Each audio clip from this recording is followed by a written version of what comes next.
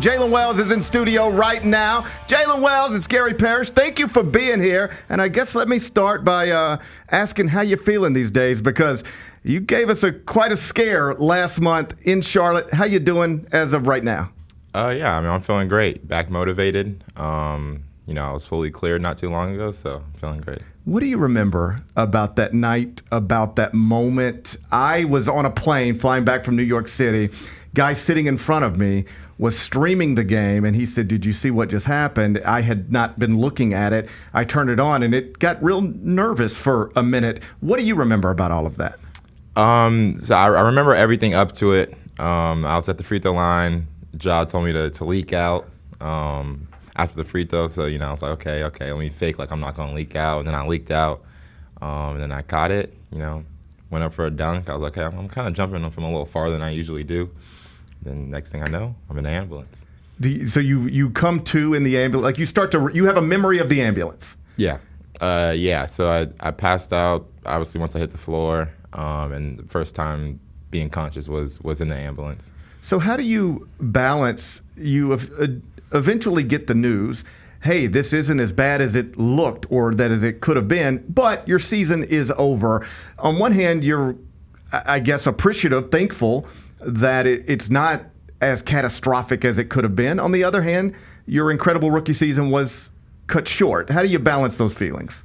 I feel like the hardest moment was probably learning that I fractured or broke my wrist.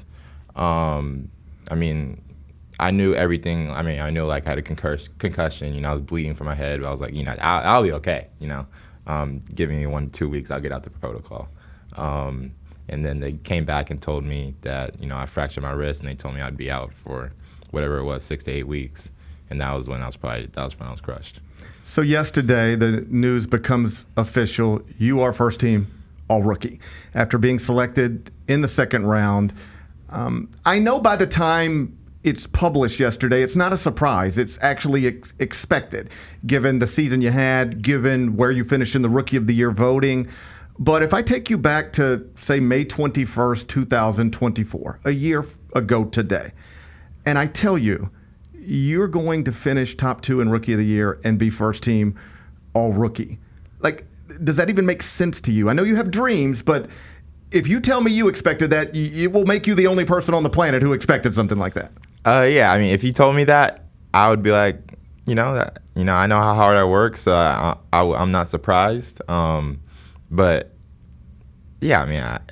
If you told me that, but I didn't know I'd be given this opportunity. So I think that would be the more surprising thing. When did you realize that an opportunity was going to open up for you, that you could theoretically become a starter and remain a starter for not just an NBA franchise? That's the other thing about this. With all due respect to every other rookie and all the other franchises, you weren't playing for a bad team and they just got to put somebody on the court. You're playing for a team that was at one point late in the season as high as second in the Western Conference standings. When did you know, okay, I might not be bouncing back and forth between the Hustle and the Grizzlies. I might not be buried on a bench. I might actually be able to play as a rookie in this league. Yeah, probably the first game of the season. We played Utah. I was guarding Lauri Markkanen. He gave me 4 quick fouls. I was on the bench probably the rest of the game. But like even just as bad as I played that game, I kind of just opened my eyes to the role that I could play. So just kind of capitalizing on that opportunity. And then obviously when I got my first start, I think the main goal was just kind of staying consistent and not just, getting this 1 to 2 starts and then, just falling off the rotation. And then, once everyone comes back. So that was kind of my main goal. Because I do think, and, we talked about it in here and every week, this is surprising. This has been impressive. But eventually, one of the veterans will get healthy. Somebody's going to take this spot back. And they never did. And even your general manager said, like, on some level, maybe he thought that somebody would take a spot back, and they never did. You grabbed it, and you took control of it. What kind of confidence that give you in your own ability that this is not – because when you're picked where you were picked, there's no guarantee of anything. And very quickly, you were able to establish yourself as somebody who appears you've got a long career in this thing. It gave me a lot of confidence. I think it also just kind of gave me confidence in like the organization, just them allowing me to be as a rookie, make those mistakes, keep my starting spot, have my ups and downs. So I mean, there's them allowing me to be in this role, and then once those guys came back, they didn't just automatically throw someone else in there just because they got healthy. So I mean, I'm appreciative of that. I'm always fascinated by the paths basketball players or any professional athletes take to get to where they're at, because they're often very different. There are guys in this organization right now, guys throughout the NBA right now, they were identified at a very early age. They were called future pros when they were 14. They were always on that path. They picked the blue blood college program. They went there for a year. They were drafted in the top 10. They're exactly where everybody always said they would be. That is not your story. Going back to high school, I know that you developed the Sleep Nation thing because you felt doubted then. Then you end up in Division II. Then, even a year ago, I say this respectfully, you're the third leading scorer at Washington State. The third leading scorer at Washington State is never supposed to be the second best rookie in the NBA. That's not the way this stuff works. How did you go from there to here? And is that a story that you think others, or even you hope others, grab onto? Because there's another 16-year-old out there somewhere right now, probably even in the city, who is being doubted, being slept on. And your story can actually provide some real inspiration for that.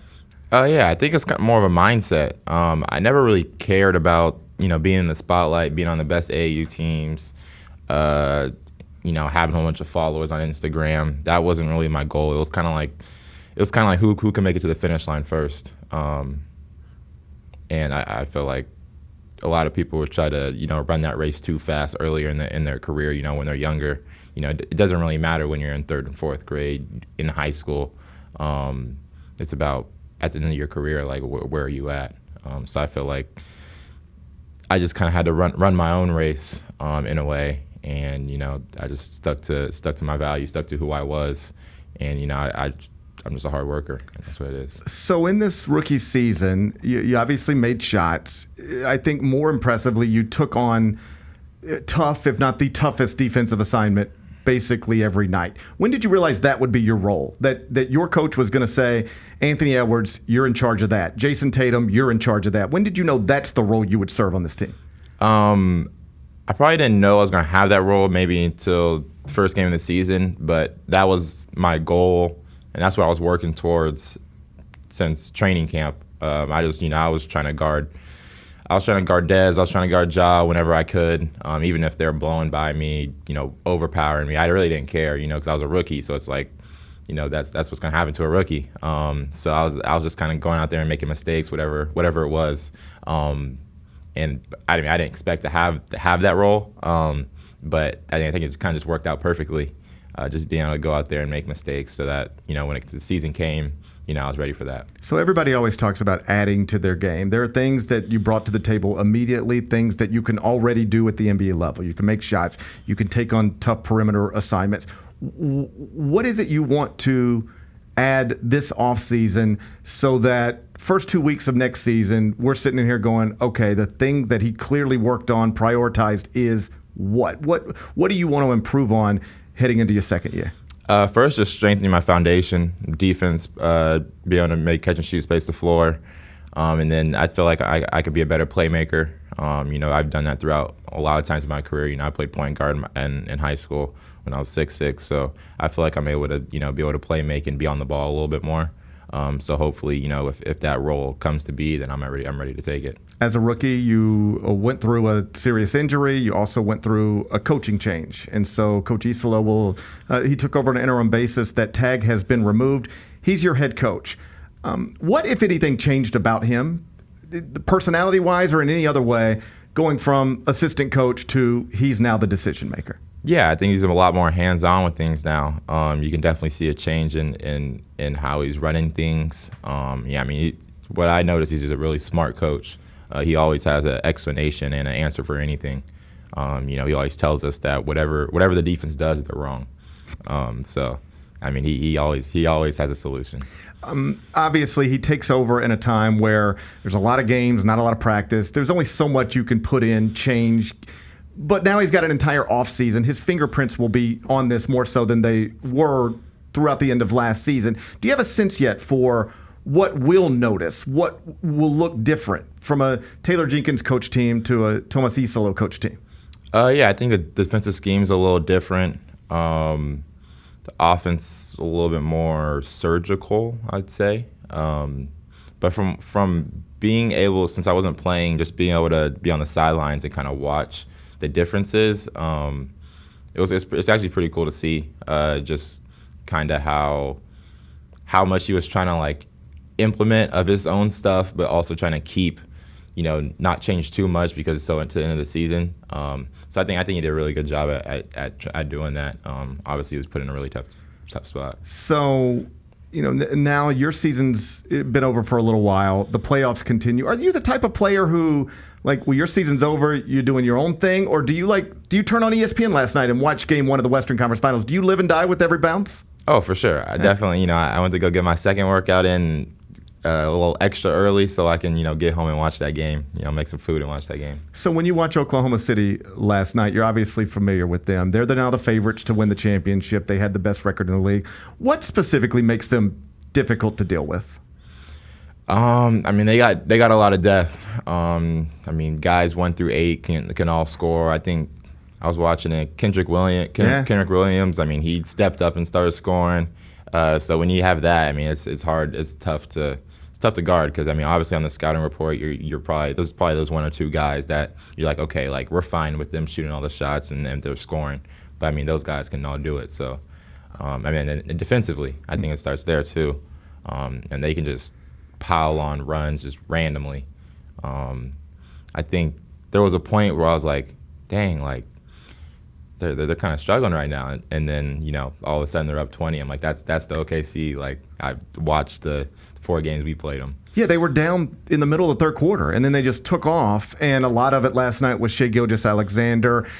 The way he was getting foul calls became a topic of discussion both during the broadcast and on social media. When you were guarding him, how difficult is it to avoid either fouling him or getting involved in a situation where the officials believe that you fouled him and blow their whistle, because he seems to be elite at that? Yeah, and I think that's where it starts, just you even thinking about it. Right. The fact that you're thinking about, he's probably going to get a foul call right now. So you're kind of playing less aggressive, you're playing less physical. Now he's just scoring easily. Now, you're trying to overcompensate for one thing, and he knows how to just capitalize on anything you do. So I feel like it starts mentally, just knowing that, if you're a little too physical, you might foul him, and he's going to draw the foul. I applaud him for it. It's genius, honestly. On the other side of the Western Conference Finals, you have another elite perimeter player in Anthony Edwards. When you're guarding him, what's that like? He's very explosive. I think it kind of starts with just stopping him from the beginning. Once he gets ahead of steam, once he gets in his, rhythm, it's kind of over from there. So, what I was doing is not let him get the ball. So, if he doesn't have the ball, obviously he can't score. I've heard some analysts say, even though he is a high-volume three-point shooter and a capable three-point shooter, like he makes a good percentage of them, the analysts will say, if I were guarding him, I want him to take that shot. Every time he does that, he's doing me a favor. Is that the way you think? Do you believe that? No, I don't really like to think that way. I feel like a lot of the stars score off of fear.